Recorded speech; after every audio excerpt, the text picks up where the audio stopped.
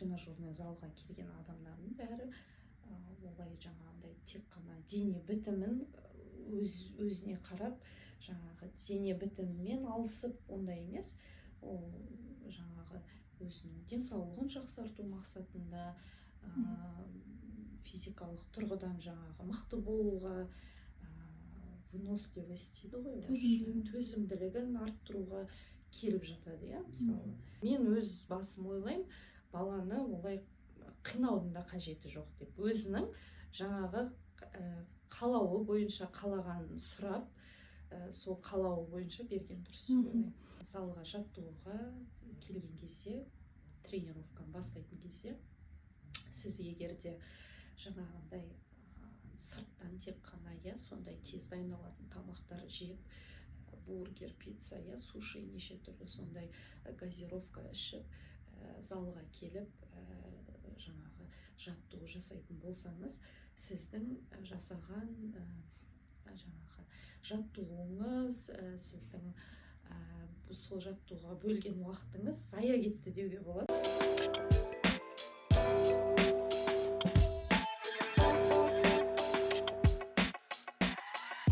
Қайырлы күн, құрметті тыңдарман. Араға бір ай салып өздеріңізбен қайта тілдесіп отырғаныма қуаныштымын.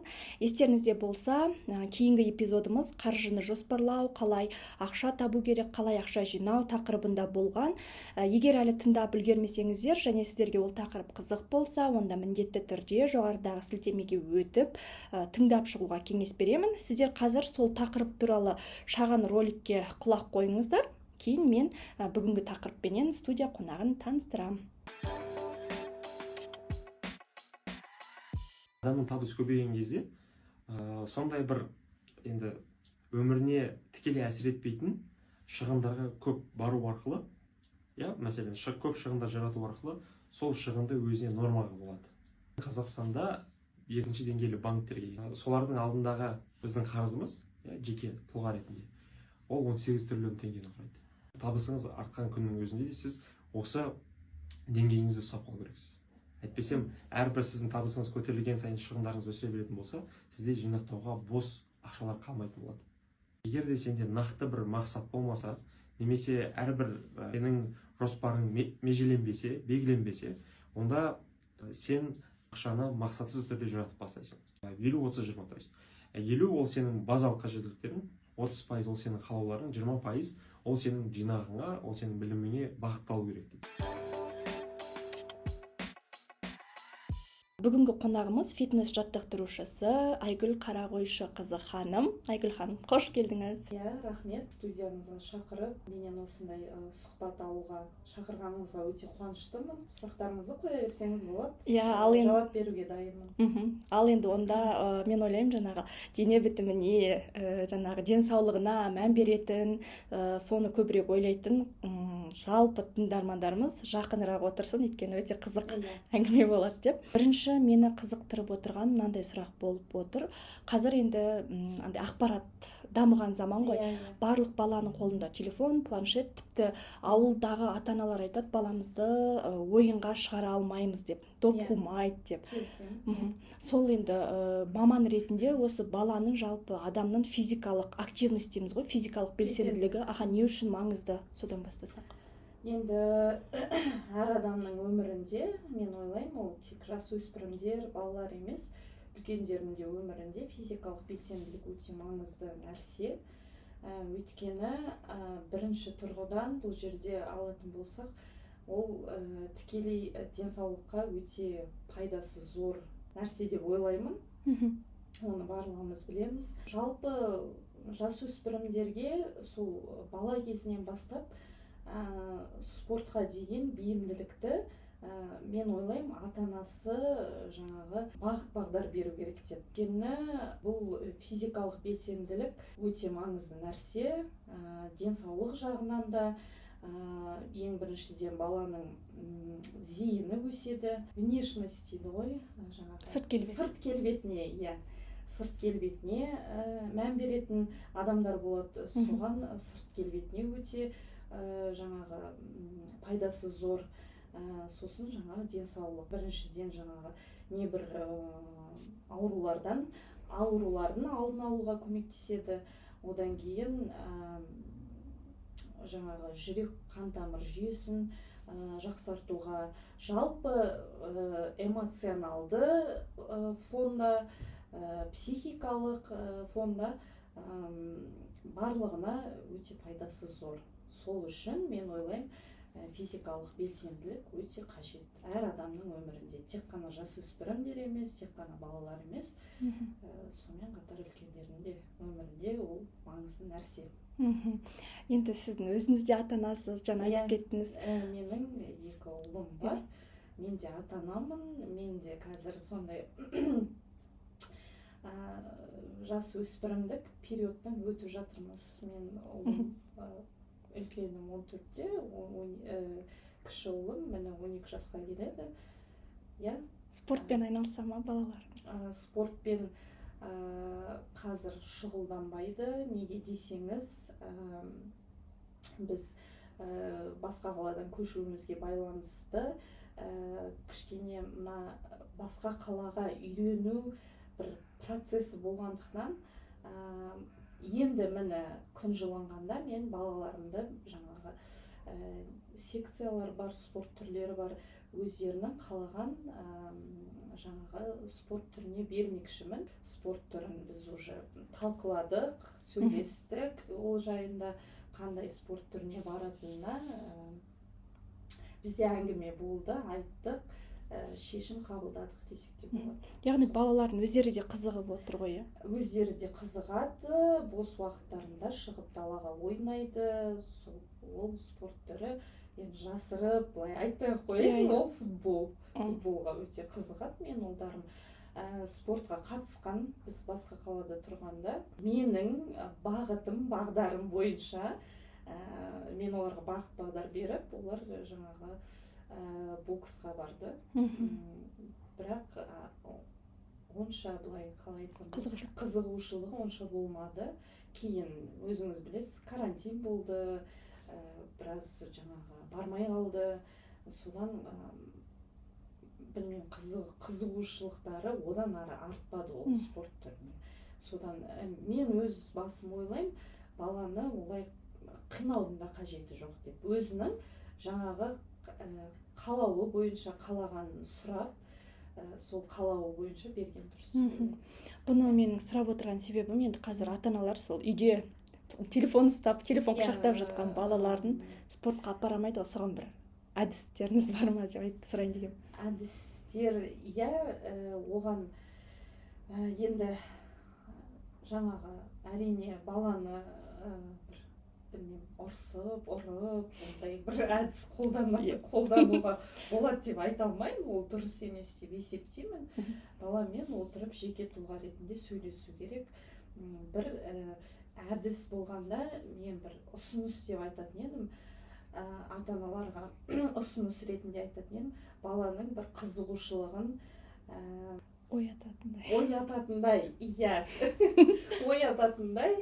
сондай бір әдіс қолдану керек па. Жаңағы ата-ананың өзі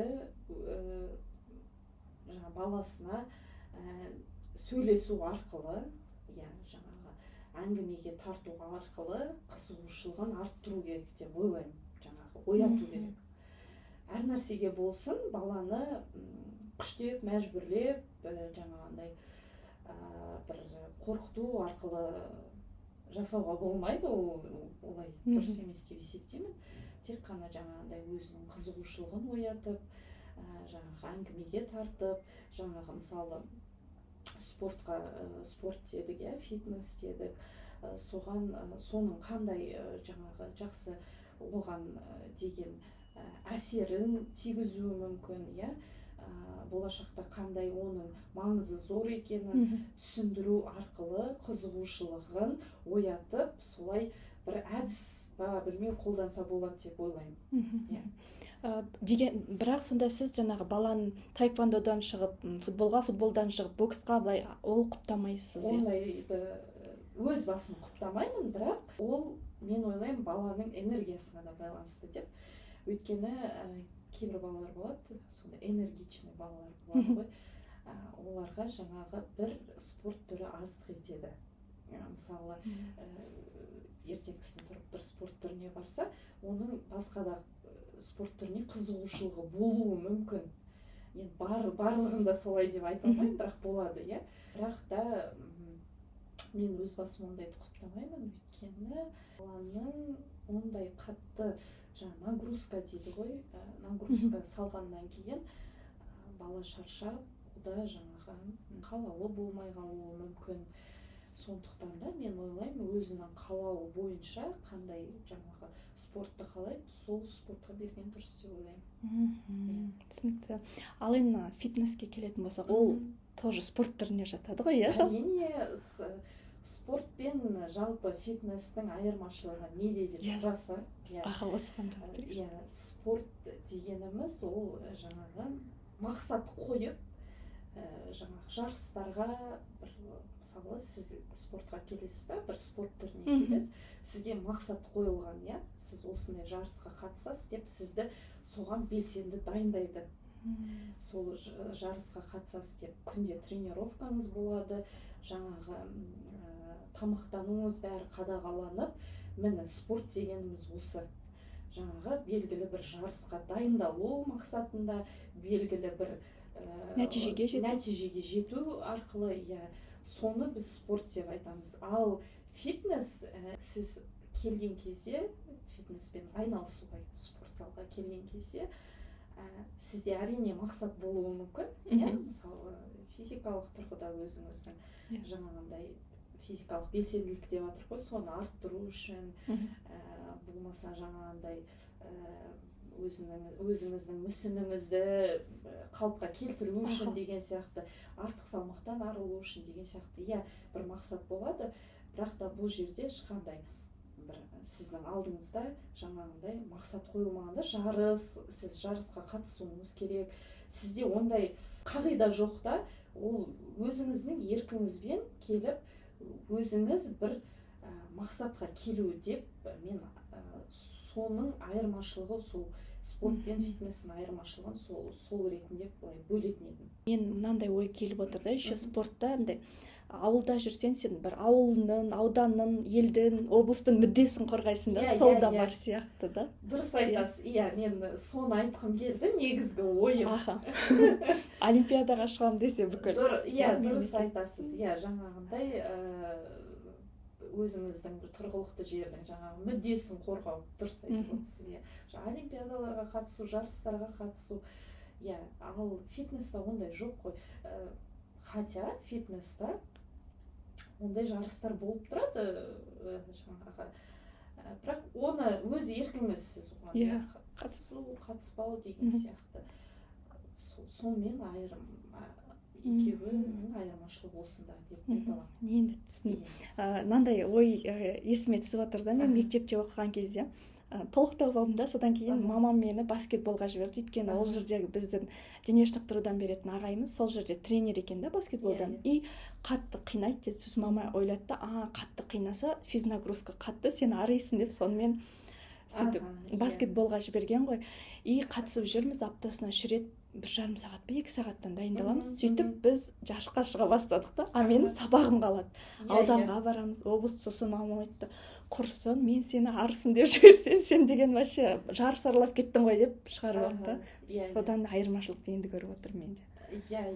Сол көрдіңіз ба, ол жаңағы бір спорт түріне келгенде сізге қойылған мақсаттар тұрады да алдыңызда. Сіз соған жетуіңіз керек, сіз соның жетегінде кетесіз. Шынымен де мен көзім ашылып отыр. Өйткені кейбір андай таныстарыммен сөйлескен кезде мынандай нәрсені естідім да, жігіттер әсіресе фитнеске баратын жігіттерді, білмеймін қосам ба қоспаймын, бірақ фитнеске баратын жігіттерді көп жақтырмайды екен да, типа ол тек качалкаға ғана барады, ал мен мынандай спорт түрімен айналысам деген мен нені естідім.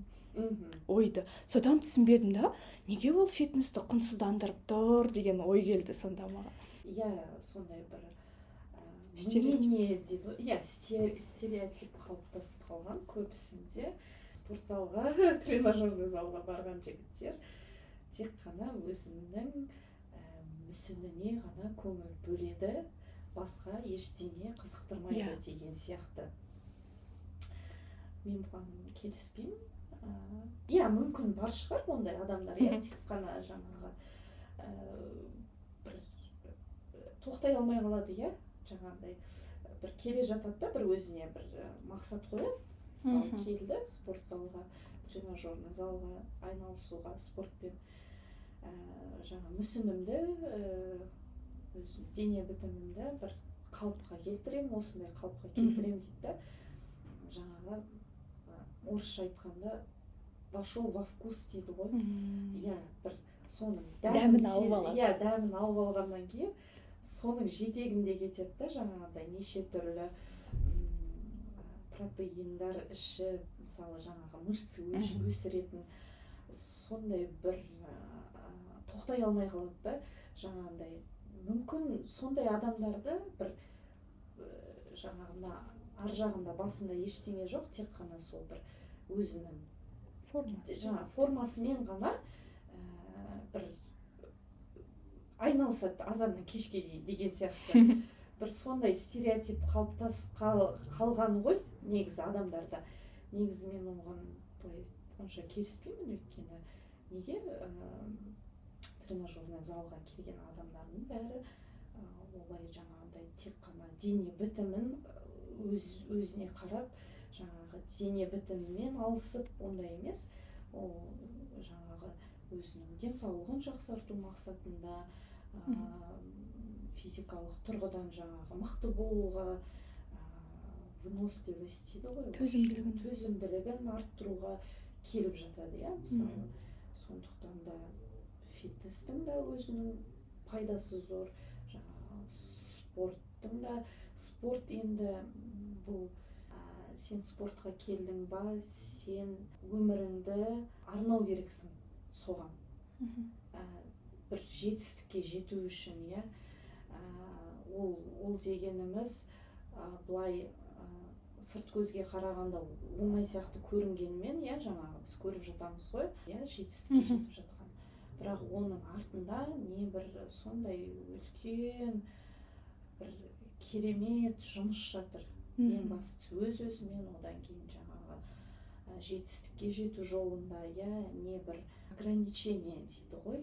Шектеулерге жаңағы өміріне шектеулер енгізіп, мысалы, тамақтану жағынан болсын, бір дисциплина жағынан болсын, иә, барлық жағынан бір өзіне шектеулер қойып, бір сол жолда келе жатқан адамдар, мысалы, спорттың жолында келе жатқан адамдарда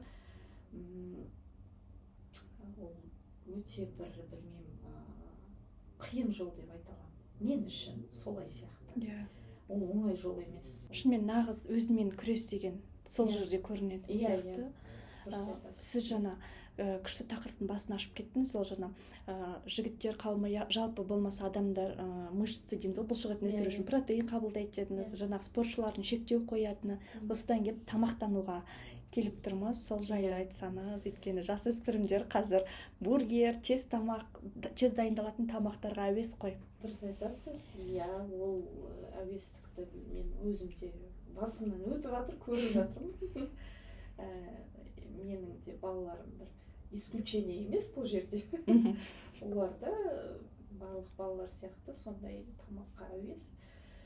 Енді барынша тырысамыз, дұрыс тамақтанудың жаңағы пайдасын айтып, маңызы зор екенін айтып отырамыз, дегенмен енді арасында болады, иә. Қазір сыртқа шықсаңыз, барлық жерде жаңағындай фастфуд өнімдері сатылады, қай жерге бармасаңыз да, кейде балалар емес, өзіміз балалар емес, өзіміз де бір жаңағы жеп қоятынымыз бар, қызығып, иә. Өйткені на каждом шагу дейді ғой, орысша айтқанда, иә, барлық жерде сол тез дайындалатын тағамдар қазіргі заманда. Енді біздің кезімізде ол кішкене басқаша болатын. Біздің кезімізде ондай тез дайындалатын тағамдар болған жоқ. Біз жаңағындай үйде жасаған, мамамыз жасаған тамақты жейтінбіз. Қазір енді ол жағы кішкене қиындау. Енді қазіргі кезде өте маңызы зор деп ойлаймын, есептеймін дұрыс тамақтанудың. Өйткені жаңағындай тез тамақтанатын жаңағындай жерлер, ресторандар сондай көбейіп келе жатыр, қарқынды дамып келе жатыр. Сол үшін де дұрыс тамақтанудың маңызы өте зор. Сол бала кезінен, жас өспірім кезінен біз сол дұрыс тамақтануды жаңағы баланың өміріне енгізуіміз керек. Оның пайдасын, маңызын айтып отыруымыз керек үнемі. Мен ойлаймын енді жаңағыдай, енді мен де өзім ана болғаннан кейін тырысамын үйден тамақтануға. Көп ондайды қолдай бермеймін, жаңағыдай сырттан анда-санда болмаса, мысалы киноға барған кезде, бір жаққа жаңағы шыққан кезде, қыдырып шыққан кезде, сондай кезде ғана бірге отырып, отбасымызбен, жаңағы балалармен сондай тамақ алып жесек. Ал былай кезде басқа күндері, күнделікті өмірде мен үйде жаңағындай кәдімгідей үйдің тамағын жасап беруге тырысамын. Және мен жаңағындай магазиннан алынатын чипсы, неше түрлі кириешки қазір көп қой, ондай нәрселерге мүлде қарсымын. Балаларым мүлде жемейді деп айта алмаймын. Менен тығып енді арасында өздері жаңағы дүкенге барып сатып алатын кездері болады. Бірақ жаңағы дұрыс тамақтанудың маңыздылығын барлығын мен айтып отырамын, естеріне салып отырамын. Соған бір дағдылануға, бір өз үлесімді қосуға да тырысып жатырмын деуге болады. Және ол әр адамның өмірінде маңызды. Спортпен негізі жаңағы дұрыс тамақтану ол бір-бірімен өте тығыз байланысты. Өйткені неге десеңіз, спортпен сіз мысалы залға жаттығуға келген кезде, тренировканы бастайтын кезде, сіз егерде жаңағындай сырттан тек қана сондай тез дайындалатын тамақтар жеп, бургер, пицца, суши, неше түрлі сондай газировка ішіп, залға келіп жаңағы жаттығу жасайтын болсаңыз, сіздің жасаған жаңағы жаттығуыңыз, сіздің сол жаттығуға бөлген уақытыңыз зая кетті деуге болады. Неліктен олай айтамыз? Өйткені эффективность дейді ғой орысша айтқанда. Өнімділігі дұрыс болмайды жаңа жаттығудың. Өйткені ол тікелей әсерін тигізеді жаттығуға. Мысалы сіз ауыр тамақ жеп келіп, мысалы бургер мен кола іштіңіз, сізде бір сағаттан кейін жаттығуға келдіңіз, сізде сондай бір жаттығуға деген желание дейді ғой, ынтаңыз болмайды, ол кері әсерін тигізеді. Сіздің жаңағы качество тренировок дейді ғой, соған сіздің жаңағы тамақтанғаныңыз әсері тиеді. Сондықтан сіз спортпен айналысатын кезде, соған бел буған кезде міндетті түрде сіз өзіңіздің жаңағы тамақтануыңызды дұрыс қалыпқа келтіруіңіз қажет. Бізге спортпен шұғылданғанда жаңағы бір мақсат қоясыз ғой сіз келген кезде, жаңағы бір артық салмақтан арылу деген сияқты, қыздарда в основном арықтау, сосын жаңа ішті кетіру, подкачаться дейді ғой, енді подтянуться деп айтып жатыр. Сондай мақсат қояды ғой өздеріне қыздар. Сол мақсатқа жету үшін дұрыс тамақтанудың маңызы өте зор. Өйткені сіздің рационда жаңағы углевод, белок, жир дейді ғой, сол бір өзі жаңағы сіз арықтау үшін дефицит калорий болады. Соны дефицит калорий расчет жасап, есептеп, жаңағы углевод, жир, белок, мысалы қанша қалыпта болу керектігін өзіңіз қадағалап, сол бойынша жаңағы тамақтансаңыз, сіздің тренировкаңыздан да жаңағындай жақсы результаттар күтуге болады. Міне, сол үшін де жаңағы спортпен, тренировкамен жаңағы дұрыс тамақтанудың байланысы өте тығыз. Баланс сақтау керек. Баланс сақтау керек, міндетті түрде. Тренерлар жаңағындай бір диетаға, осындай диетаға отырасыз, ананы жемейсіз болды, мынаны жеуге болмайды деп ограничение дейді ғой, шектеу қойып жатады ғой жаңағы келген адамға, өзіне жаттығуға келген адамға. Маған кішкене ол подход ұнамайды. Ұнамағанда негізі жеуге болады. Енді адам болғаннан кейін әр нәрсені бір жегіміз келіп тұрады ғой. Потребность организма дейді ғой. Бір организм қалап тұрады, сол қалаған нәрсені негізі жеу керек деп ойлаймын. Жаңағындай маған болды мынаны жеме деп айтқан, жеуге болмайды деп. Бірақ өзіңіздің мөлшеріңізді білуіңіз керек, қай уақытта жеу керек. Оның бәрін қадағалап, жаңағы бір сондай бір неде ұстау керек. Сіз өзіңіз айтпақшы, баланс болу керек қой. Барлығында баланс болу керек. Ал былай қалаған нәрсені жеуге болады деп ойлаймын. Бір күндер болады, өзіңізге бір рұқсат ететін. Чит мил, енді чит милдан басқа, мысалы сіз тренировкаға келіп жүрсіз, мысалы, сізге әлі чит мил уақыты келген жоқ, ол өзі бір енді айына бір рет, екі рет болып тұратын нәрсе, мысалы да. Бірақ чит мил уақыты әлі сізге келген жоқ. Сіз жаңағы дүкенге бардыңызда, мысалы бір торт көрдіңіз, бір пирожный ма, бір тәтті нәрсе көрдіңіз, соны жегіңіз келді. Сізде потребность организма деді ғой, организмнің қалауы болып тұр да сізде. Сіз соны бір өзіңізге шектеу қойып қойдыңыз, маған болмайды деп. Запрограммировали себя дейді ғой. Орысша айтқанда, ондай қатты шектеу қоюға болмайды. Жеңіңіз келді ма, алып, сол жерде, бірақ жаңағы аз мөлшерде, кішкентай мөлшерде өзіңіздің қалағаныңызды алып жеп, бірақ ол дегеніміз жаңағы тренировка күні емес, тренировкадан тыс, тренировкадан басқа күні, сол күні жаңағы қалаған нәрсеңізді алып жеп, мен жаңағындай айтқанда кішкентай мөлшерде, порция дейміз ғой, порциясын азайтып, сондай мөлшерде жеуге болады. Бірақ ол дегеніміз жаңағы мен солай айтты екен деп көбісі дұрыс түсінбей қалады да, күнде бір сол әдетке айналдырып жатады да, осылай болады деп айтқан жоқ, олай емес. Бір өзі уақыты күні болады.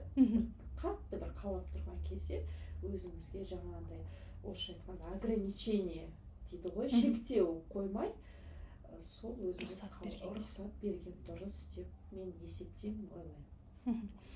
Менде андай бір не болды да, қалай айтсақ екен, ойма, білмеймін енді ол қайдан келді. Мен былай ойлайтынмын, тренировканың алдында, мысалға бір күн бұрын, мысалы жақсылап ет жеп алсам, я болмаса, мысалы тренировка кешке ма, түсте бір сникерс жесең, тренировкаға барамын да, соның бәрін түсіріп тастаймын. Сол миф па, не болды, сондай ғой. Білмеймін баған қайдан келді, мен сөйтіп ойлаймын. Жарайды енді ештеңе кетпей түскен деді ғой деп. Олай жұмыс жасамайды. Мысалы, сіз қараңыз, бүгін сіз сникерс жегіңіз келді, тренировканы алды, мысалы, сіз сникерс жеп келдіңіз. Сникерста калориясын қарасаңыз, мысалы, мен сізге мысалға ретінде дефицит калорий жазып бердім. Дефицит калорий дегеніміз, ол сіздің күнделікті қолданатын калорий мөлшері дейді ғой. Иә. Сіз суточная доза калорий дейді ғой, жаңағы мөлшері, иә. Соны мысалы мен сізге есептеп бердім. Сіз салмақ тастауға, иә, осынша сіз күнделікті осындай калория қолдануыңыз керек, осынша мөлшерде калорий жеуіңіз керек деп, иә, мысалы тамақтануыңыз керек осынша калориймен деп. Мысалы сізге есептеп бердім, сіз барасыз да, мысалы сол калорияны бір ғана шоколадтан, мысалға ретінде айтып жатырмын да, иә, бір жаңағы тортта, жаңағы болмаса жаңағы шоколадта соншама калорий болуы мүмкін. Сіз оны сыртында жазылып тұрады әр ненің өзінің калорийі, иә. Соны алып жеп алдыңыз да, сіз кешке дейін аш жүрмейсіз ғой. Міне болды, мен осымен шектелдім, бүгінге маған осы жетеді деп. Сіз бәрібір тамақ жейсіз. Сіз біраздан кейін, сіз ол шоколадты жегеннен кейін бәрібір тренировкадан кейін ба, әйтеуір қарныңыз ашады, тамақ жейсіз, сіз мөлшерден тыс калорий жеп қоясыз, иә, мысалы. Одан кейін келесі тренировкада сіз ет жегіңіз келді, иә, жаңағы ет деп айтып соны жеп алдыңыз, әбетте, иә, тойып, кешкісін сізде тренировка. Сізде бірақ жаңағы мен айтқандай, жарайды сіз оны келіп, как вы говорите, можно сжечь, да, вот эти калории, жеген жаңағы тамақты. Да, возможно, можно их сжечь, но сіз бәрібір тренировкадан кейін қарныңыз ашады ғой. Сіз сонымен шектеліп қалмайсыз ғой. Сіз бәрібір келіп тамақ жейсіз ғой деген сияқты.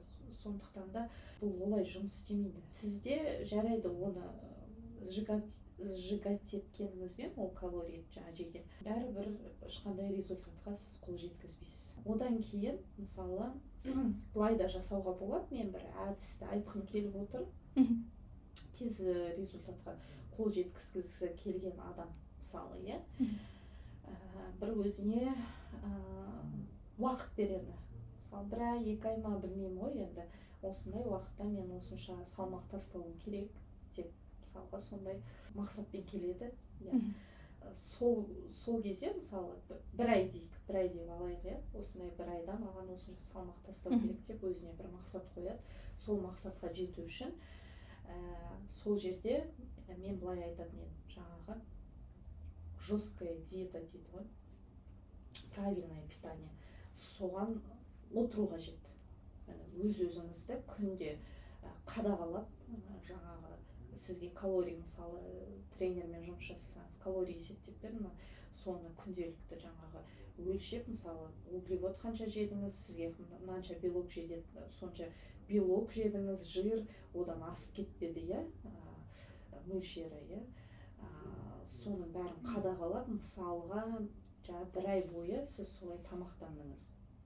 Сіз міндетті түрде әйтеуір бір жаңағы результатқа жетесіз, иә, өзіңіздің результатыңызға жеттіңіз, деген мақсатыңызға жеттіңіз, келдіңіз, иә. Содан кейін жайлап жаңағы орысша айтқанда расслабиться дейді ғой, можно себе позволить расслабиться тут. Кішкене жаңағындай жайлап күнделікті өзіңіздің бір қалап жүрген, жегіңіз келіп жүрген нәрсеңізді жайлап қосып жеп деген сияқты бір отдых дейді ғой, бір арасында бір демалыс қойып өзіңізге сондай рұқсат беріп, жаңа қалаған нәрсеңізді жеп, солай істеуге де болады.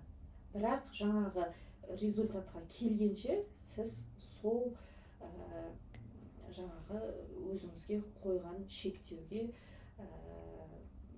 соған бет бұрып, соны күнделікті қолданып жүрсеңіз, содан кейін жаңа результатқа жеткеннен кейін жайлап жаңағындай, мен жаңағы орысша айтқандай расслабиться. Арқаны кеңге салып деп. Иә, кішкене, можно тут уже чуть немного расслабиться. Но это не значит, что сіз болды, жаңағындай, маған бәрін жеуге болады деп. Жоқ, жай ғана жаңағындай қалаған нәрсеңізді кішкенеден алып, жеп деген сияқты өзіңізге рұқсат беру ғой. Иә, бұл жерде айта берсек, негізі өте көп, өте бір ауқымды тема дейді ғой, тақырып қой бұл негізі, питание дегеніміз, тамақтану дегеніміз.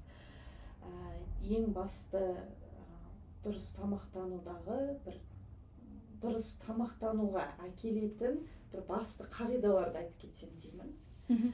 Біз ең алдымен тамақты аз мөлшерде, бірақ жиі жегеніміз дұрыс деп ойлаймын. Мысалы, основной 3 мезгіл тамақтану бар, иә, бізде ол таңғы ас, обед, одан кейін жаңағы кешкі ас, иә. Сол бар, одан кейін арасында перекустар жасап тұру маңызды. Соны әдетке айналдыру керек. Жаңағыдай болады көбісінде, қазір көбісі енді жұмыс басты болғаннан кейін көбінесе мен еститінім таңғы ас ішпейді көбісі. Таңғы астан енді бас тартады деп айта алмаймын, бірақ уақыты болмағандықтан орысша айтқанда игнорят дейді ғой. Маңызды емес деп есептейді, таңғы асты елемейді. Иә, дұрыс айтасыз, елемейді, жай ғана барады да, жаңағыдай аш жүреді да, азанда тұрады, жұмысқа кетеді, аш жүреді, бірақ барады да жаңағы обед ішіп алады. Ол дұрыс емес. Міндетті түрде таңғы ас ішу керек. Сол ең бірінші қағида сол болып есептеледі. Екінші қағида дұрыс тамақтануға өзіңізді бір әкелетін. Жаңа таңғы ас дедім ғой, таңғы ас ішу міндетті түрде өзіңізді бір соған үйрету. Көбісі айтады, менде ертеңгісін тұрған кезде аппетит болмайды. Енді аппетит болмауы ол біраз нәрсеге байланысты.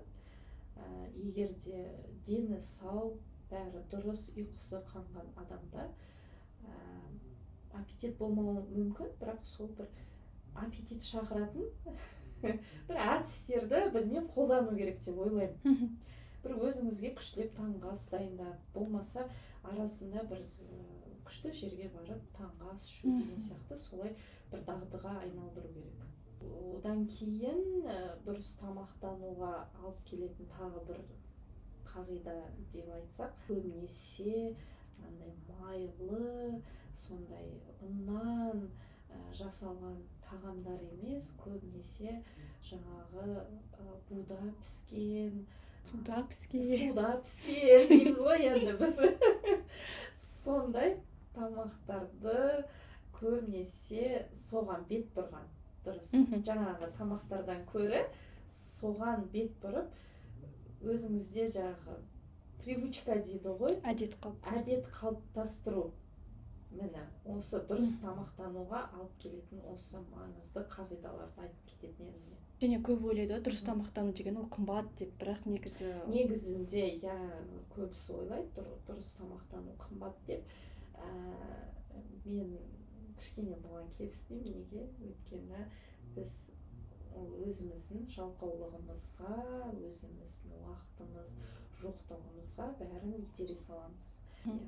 Мен неден көріп едім, әлеуметтік желіден 800 теңгеге шоколад алғанда ақшамызды қинамаймыз, бірақ 800 теңгеге авокадо алу үшін ойланамыз. Дұрыс, 30 мың теңгеге рестораннан тамақ ішкенде. Өйткені шоколад дәмді ғой. Иә, қантқа тартып тұрады. Не дейді тағы, 30 мың теңгеге мейрамханаларда тамақ ішкенге ойланбаймыз. Неге фитнеске жазылуға ойланамыз деп, шынымен де. Негізі адам өзімен өзі жұмыс істеу керек енді. Иә, бұл негізі жаңағы спортпен айналысып, дұрыс тамақтануға бет бұрған адамдар өте бір сондай, қалай айтса болады, орысша айтқанда заслуживают уважения дейді ғой. Құрметке әбден лайық. Құрметке әбден лайық адамдар ғой, өйткені ол деген сен өз-өзіңмен жұмыс. Күнделікті сен өз-өзіңмен жұмыс жасау, бір дисциплина қойып, сол дисциплинаға көну, ол бәрінің қолынан келе бермейді. Енді мен түсінем, иә, болады. Кейбір адамдар енді действительно жаңағындай бір жұмысқа берілген, азаннан кешке дейін бір сондай бір уақыты тығыз, иә, бір сондай күні бойы бір шешетін өзінің жаңағындай тапсырмалары, міндеттері бар деген сияқты, иә, ондай адамдарды бір болады, иә, түсіністікпен қарауға, иә, мынаның бір шын мәнінде уақыты жоқ деп ондай адамдарға қарайсың да, иә. Енді ондай адамдарда барынша бар, ондай адамдар, иә. Жұмысын бітіргеннен жұмыстан кейін келетіндер спорт залға, иә, сағат 9, жабылайын деп жатқанда келетіндер бар. Мен үлгеріп кіріп алсам бола ма дейтіндер, иә. Мысалы, ондай адамдар да құрметке әбден лайық. Мысалы, жұмысында өзінің алып жүреді, сонымен қатар өзіне де бір көңіл бөліп, өзімен өзі бір жұмыс жасауға бір қадам жасайды да ол. Сол негізі ондай адамдарды мен өте құрметтеймін. Жаңағы өз-өзімен жұмыс жасап, тек қана жаңағы физикалық тұрғыда емес, жаңағы тамақтану жағында, режимда, дисциплина қосып. Мысалы, тағы бір айта кететін жайт, бұл жерде мысалы адам спортпен айналысуға келгенде күшті мотивациямен келді, иә. Сондай бір жігерленіп келеді, иә.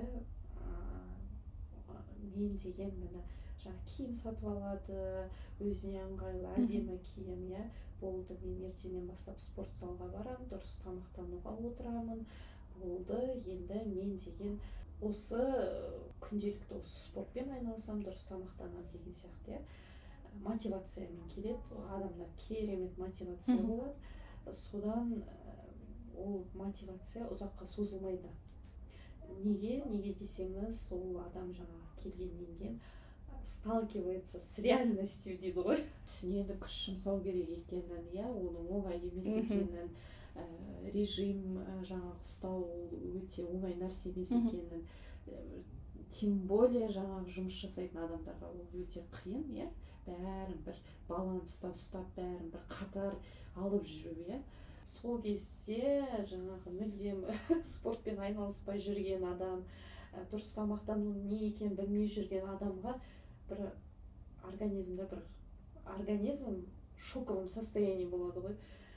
Жүйкесіне де бәріне әсер етеді, әсерін береді да, жаңа көңіл күйі де түсіп, ой, мен шаршадым, жаңағындай көбісі келіп айтып жатыр, оказывается, это вот все сложно деп, өте қиын екен деп, маған қиын болып жатыр.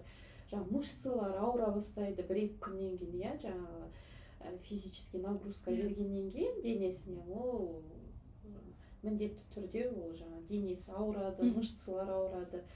Сол кезде адам өзінің өміріне дисциплинаны қосу керек, міндетті түрде. Міне мотивация жоғалды, мотивация қалай жоғалды? Сіз дисциплинаны қосып, дисциплина болды, дисциплинамен жүруіңіз керек. Сізде дисциплина болу керек. Дисциплина дегеніміз не?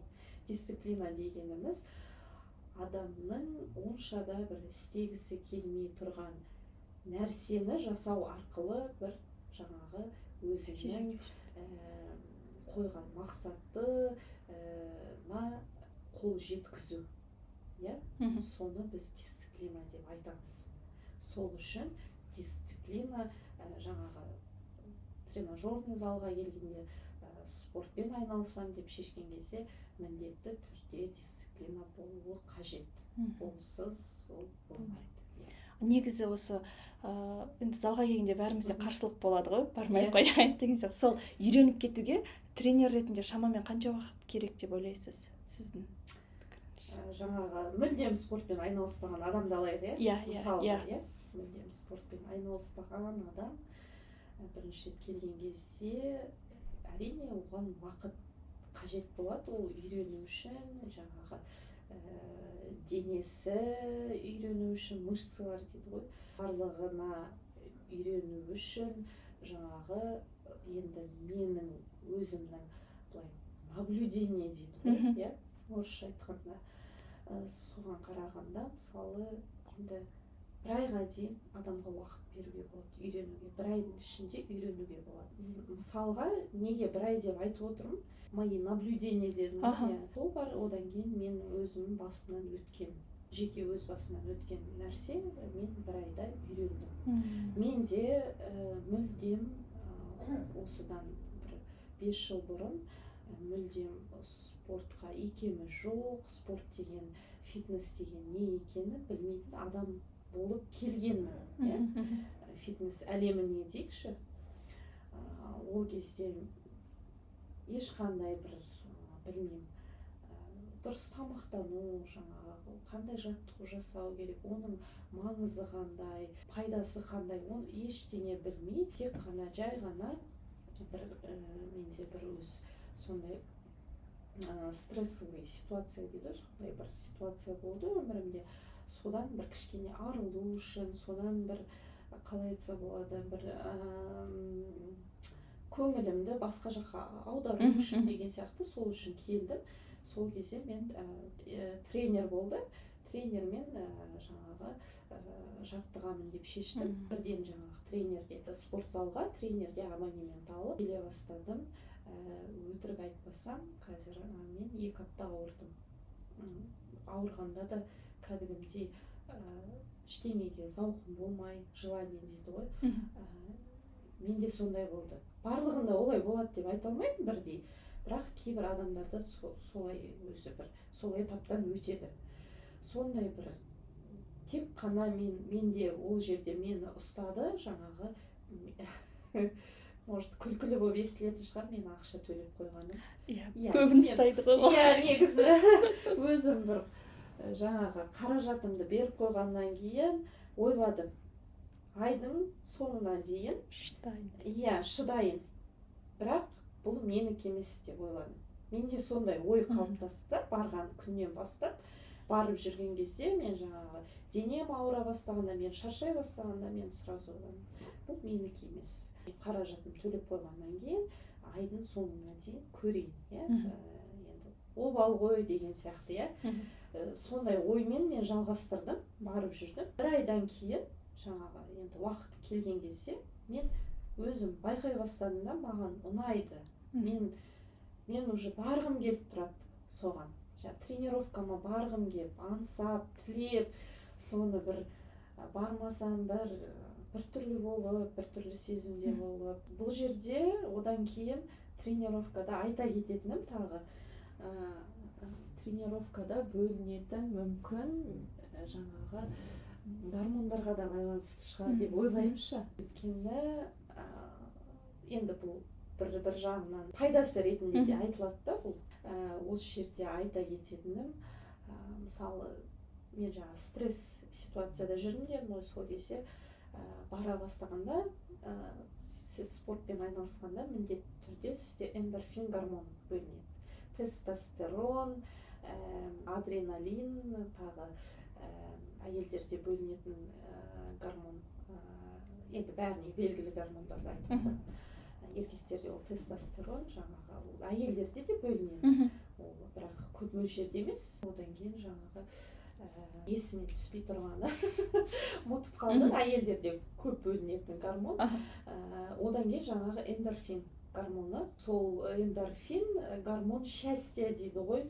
Жаңағы стрессте болған жағдайда сомен бір саған бір күресуге мүмкіндік береді. Сені сол бір состояние дейді ғой, сол қалыптан алып шығуға көмектеседі. Мен ойлаймын, соның да бір көмегі тиді депші. Бұл жерде гормонға тоқталып жатқан себебім сол.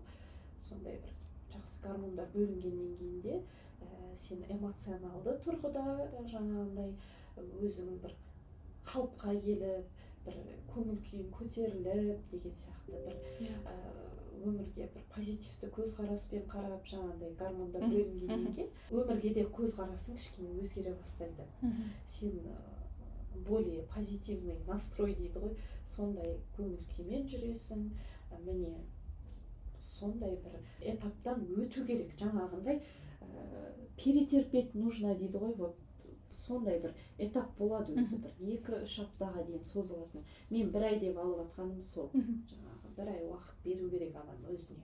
Сол үйренгенше, енді 1 айдан аса уақыт мышцалар ауырып, жаңағы көңіл күй болмай, ештеңе жаңағы қызықтырмай, тіпті жаңағы дұрыс тамақтануда, спортпен айналысқанда, шұғылданғанда ештеңе көмектеспей жатса, мен ойлаймын, ол жерде уже денсаулықта мүмкін бір ауытқу бар шығар. Уже адам барып өзінің организмін тексеру керек деп ойлаймын. Мен сол сіз осыны айтып отқанда өзімді елестетіп отырмын да. Мен де басында барғым келмей, біреу мені бір жұмысым шыққысы екен тұрған бармай кетіп қалады. Бір сылтау іздеп тұрасыз. Иә, соған бармауға. Одан кейін мен бір амал жоқтан бүйтіп өзімді прям желкелеп алып келе жатқанымды сезетінмін. И жасап болғаннан кейін күшті бір еще мен таңертең келіп жүретінмін ғой бұрын. Сол кезде сағатқа қараймын да, вот мен біреулер ұйықтап жатқан шығар, енді мен тренировкаға барып келдім деген. Сондай гормондар, эстроген әйелдерде көбінесе бөлінетін гормон. Сол мен ойлаймын, сол гормон бөлінгеннен кейін, жаңа эндорфин гормон бөлінгеннен кейін, мысалы біз тренировкаға келгеннен кейін примерно бір жарты сағаттан кейін сіз жаттығумен айналыса бастайсыз, сол жарты сағат өткеннен кейін сол гормондар бөліне бастайды. Міне содан кейін жаңағы под конец тренировки дейді ғой. Тренировканың соңында сіз сондай бір жақсы көңіл күймен өзіңізге бір қалай айтады, бір мақтанып өз-өзіңізбен. Риза болып, мен істей алады екен ғой деген. Өз-өзіңізге мен істей алады екен, мен қолымнан келеді екен деген сияқты бір күшті мотивация пайда болып, бір өзіңіз бір жігерленіп шығасыз да тренировкадан. Шынымен өте менен бір жеңімпаз адам жоқ сияқты сезіледі ғой. Шынымен де. Ол деген негізі шынымен де былай қарап отырсаңыз жеңіс қой. Бір адам өзін бір жеңген болып есептеледі да. Жеңеді ол өзінің жаңағы жалқаулығын, өзінің сылтауларын, білмеймін, сіз байқадыңыз ба, байқамадыңыз ба, бұл жерде тек қана жаңа физикалық тұрғыда емес, эмоционалды тұрғыда да жаңағындай көңіл күй дедік, бәрін айтып кеттік. Одан кейін ұйқы жақсарады. Адамның, мен мысалы сол спортқа келмей тұрып, мен ұйқым өте нашар болды. Түнде ұйықтай алмайтынмын, күндіз көп ойланатынмын, түнде де енді ойланасың, бірақ сондай бір өзімнің бір әлемімде жүретім. Ойланып, жаңағы не бір ойларға шомып деген сияқты.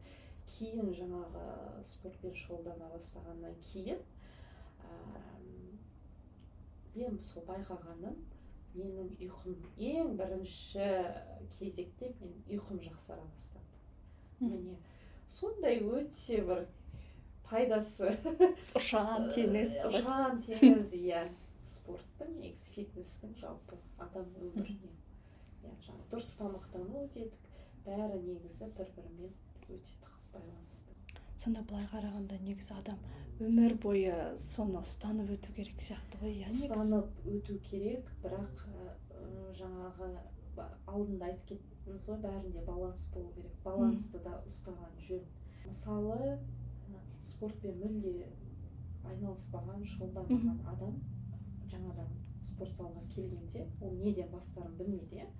Содан жаңа тренердің көмегіне жүгінеді. Болмаса кейбіреулер өзі бастап жатады, бір интернеттен оқып алады, қарап алады, сондай нәрселерді. Содан кейбіреуі бар, мен айттым, жесткая диета дедім, соған отырады, сосын келеді да спорт залға жаңағы өзін нагрузка бере бастайды.